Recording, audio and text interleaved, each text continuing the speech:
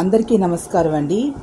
Bachirao online competitive guidance సెంటర్కి welcome అండి. ఈరోజు కరెంట్ అఫైర్స్లో భారతదేశంలో మొదటి animal stem cell bio bank ఏ నగరంలోని NIAB national institute of animal బయోటెక్నాలజీలో ఇటీవల కేంద్ర మంత్రి డాక్టర్ జితేంద్ర సింగ్ ప్రారంభించారు. హైదరాబాద్. వెరీ ఇంపార్టెంట్, ఇది గుర్తుపెట్టుకోండి. ఆంధ్రప్రదేశ్ యువజన దినోత్సవాన్ని ఏటా ఏ రోజు నిర్వహిస్తారు. 2025లో ఈ దినోత్సవాన్ని local youth action for the SDGs and beyond అనే థీమ్తో నిర్వహించారు. ఆగస్ట్ 12. ప్రపంచ ఆరోగ్య సంస్థ ఇటీవల ఏ దేశాన్ని స్లీపింగ్ సిక్నెస్ నిద్రలేమి వ్యాధి రహిత దేశంగా ప్రకటించింది.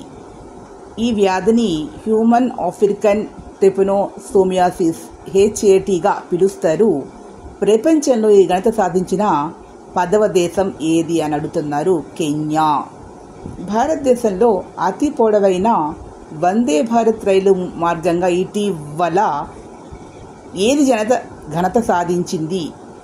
నాగపూర్ పూణే. ఈ కారిడార్లో వందే భారత్ రైలు దాదాపు 12 గంటల పాటు ప్రయాణిస్తుంది.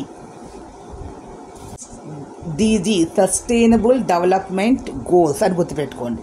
భూమిపై లభిస్తున్నటువంటి ఆక్సిజన్లో సగానికి పైగా ఉత్పత్తి చేసినటువంటి ఏకకణజీవి పేరు ఫైటోప్లాంక్టన్స్ అనేది. ఇది ఎక్కువగా మనకి అంతరిక్షంలో వ్యోమగాములు ఎక్కువగా దీని ద్వారానే వారు ఇక్కడ ఆక్సిజన్ తయారు చేసుకోవడానికి అవకాశం ఉందనేది గుర్తించారు. అంతర్జాతీయ అంతరిక్ష కేంద్రం INSలో లెట్యూస్, ఖాళే వంటి ఆకుకూరలను వ్యోమగాములు ఇటీవల పండించారు.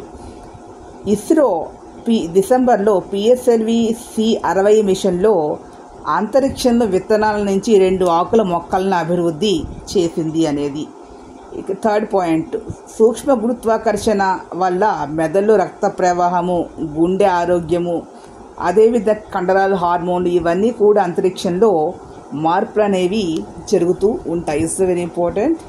2030 నాటికి 100కి పైగా చంద్రమండల యాత్రలు దేశాలు కూడా సమాయత్తమవుతున్నట్లుగా రికార్డు.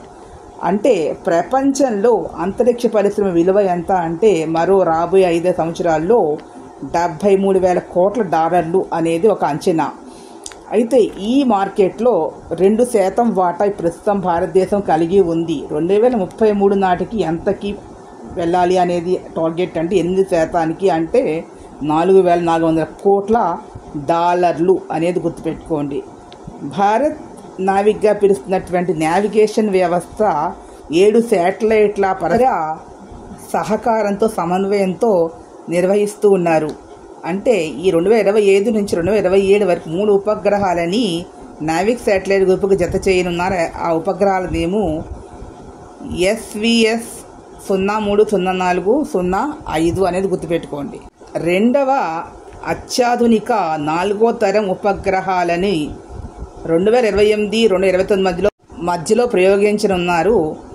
వీటి వల్ల ఉపయోగం ఏమిటి అంటే ఖచ్చితమైన వాతావరణ అంచనాతో పాటుగా అధిక రెజల్యూషన్ చిత్రాలను, విపత్తు నిర్వహణ సమాచారాన్ని సేకరించడం కొరకు అని గుర్తుపెట్టుకోండి.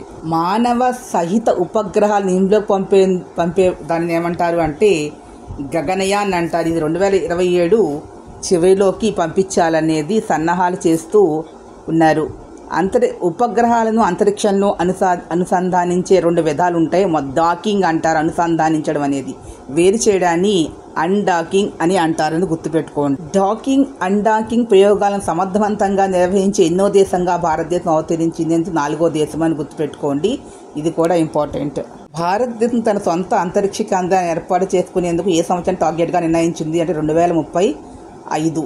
చంద్రుడి దక్షిణ ధ్రువం దగ్గరికి చంద్రయాన్ 3 అనేది విజయవంతం అవడం వల్ల 2027 మార్చిలో చంద్రయాన్ 4 ప్రయోగానికి భారత్ తయారవుతూ ఉంది. చంద్రయాన్ 3 ల్యాండింగ్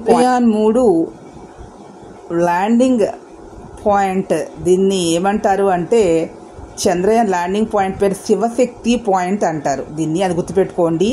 ఇక్కడ నుంచి 3 కిలోల అంటే రెగోలిత్ చంద్రుడి ఉపరితలాన్ని కప్పించే ఈ రాళ్ళను తీసుకురావడం అనేది ఈ యొక్క ప్రయోగ లక్ష్యము అనేది. దాని ఒక లక్ష్యం ఏంటంటే ఇది అని గుర్తుపెట్టుకోండి.